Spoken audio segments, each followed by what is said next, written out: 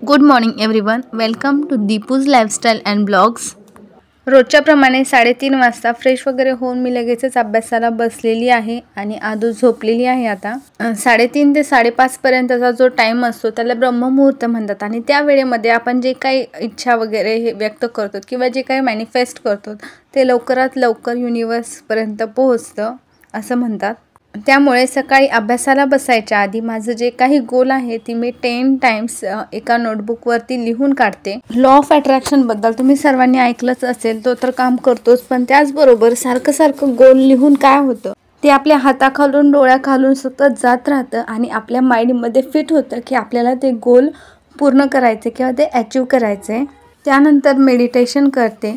मेडिटेशनमध्ये मी जे काही गोल ठरवलेलं आहे तर ते मला भेटलेलं आहे किंवा मी ते अचीव केलेलं आहे असं इमॅजिन करते आणि युनिवर्सला किंवा गॉडला थँक्यू म्हणते। सुरुवातीला ज्यावेळेस मी पहाटे अभ्यासाला उठायला चालू केलं होतं तर त्यावेळेस 2 दिवस सुटत होते, 2 दिवस सुटत नव्हते, असं काहीतरी रेग्युलरली होत नव्हतं। त्यामुळे मग आता 1 तारखेपासूनचं जे काही चॅलेंज आहे ते घेतलेलं आहे। तर थोडाफार टाइम मागे पुढे होतो, पण 3 ते 4च्या मध्येच मी रोज उठण्याचा ट्राय करत आहे। तर रात्री झोपायच्या आधीच मी ठरवून ठेवते की आपल्याला उद्या लवकर उठायचं आहे, त्यामुळे रात्री मोबाईल वगैरे सुद्धा जास्ती काही बघत नाही, म्हणजे तो अर्धा 1 तास माझा वाचतो। आणि दुसऱ्या दिवशी कोणत्या सब्जेक्टचा स्टडी करायचा आहे, कोणत्या टॉपिकवर स्टडी करायचा आहे हे सुद्धा रात्रीच ठरवून ठेवते। ज्यावेळेस मी मॅनिफेस्टेशन करते, जे काही गोल आहे ते लिहून काढते, त्यानंतर ते मेडिटेशन करते। मेडिटेशन केल्याच्या नंतर आपल्या मनामध्ये पक्क होतं की आपलं गोल काय आहे। नंतर मग बुक रीडिंग करते। बुक रीडिंग केल्यानं काय होतं की आपलं जे काही गोल आहे, आपण जे ठरवलेलं आहे तर ते मिळवण्यासाठी एक छोटासा बूस्ट भेटतो आणि आपण जोमानं कामाला लागतो। पण प्रचंड मेहनत केल्याशिवाय यश काही मिळत नाही, हे अगदी खरं आहे। बुक रीडिंग केल्याच्या नंतर लगेचच अभ्यासाला बसले। तर आतापर्यंत माझा जेवढा काही सिलेबस झाला आहे तेवढ्यावरती 4 ते 5 दिवसांमध्ये रिव्हिजन करून घ्यायची आहे आणि त्यानंतर नवीन टॉपिक्सवरती नोट्स काढून घ्यायचे आहेत। तर आता इथे बुक रीड करून झालेलं आहे, नंतर मग अभ्यासाला सुरुवात केलेली आहे। ज्यावेळेस आपण कुठल्याही गोष्टीची सुरुवात करतो ना, बिझनेस असतो, स्टडी असो किंवा आणखी काहीही असो, तर त्यावेळेस खूप सारे प्रॉब्लेम्स येतात, पण प्रत्येक जो प्रॉब्लेम आहे तो आपल्याला अधिक मजबूत बनवत असतो। त्यामुळं स्वतःवर विश्वास ठेवा आणि पुढे चालत राहा।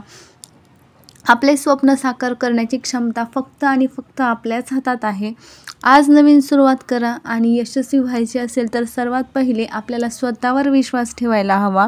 अडचणींना सामोरे जाताना नेहमी पॉझिटिव्ह राहायला पाहिजे। आपला जो अप्रोच आहे नेहमी पॉझिटिव्ह पाहिजे, त्याच तुमच्या यशाची किल्ली आहे।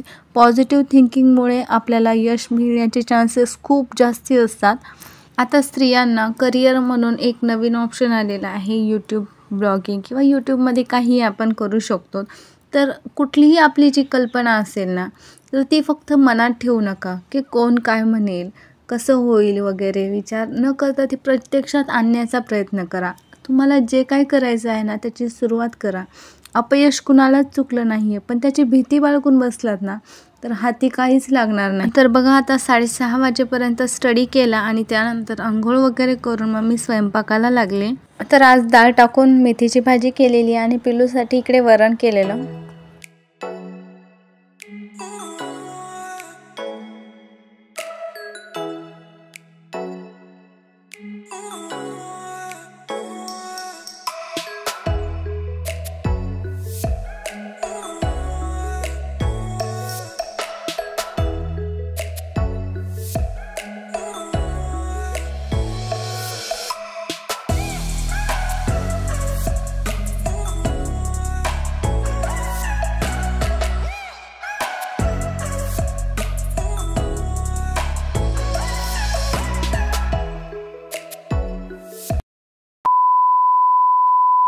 तर सकाळची सगळी कामं वगैरे आवरून झाल्याच्या नंतर दुपारी डायरेक्ट 2 सव्वा 2 वाजता मी अभ्यासाला बसलेली आहे आणि आदू झोपलेली असल्यामुळे 2-2.5 तास माझा चांगला अभ्यास झालेला होता।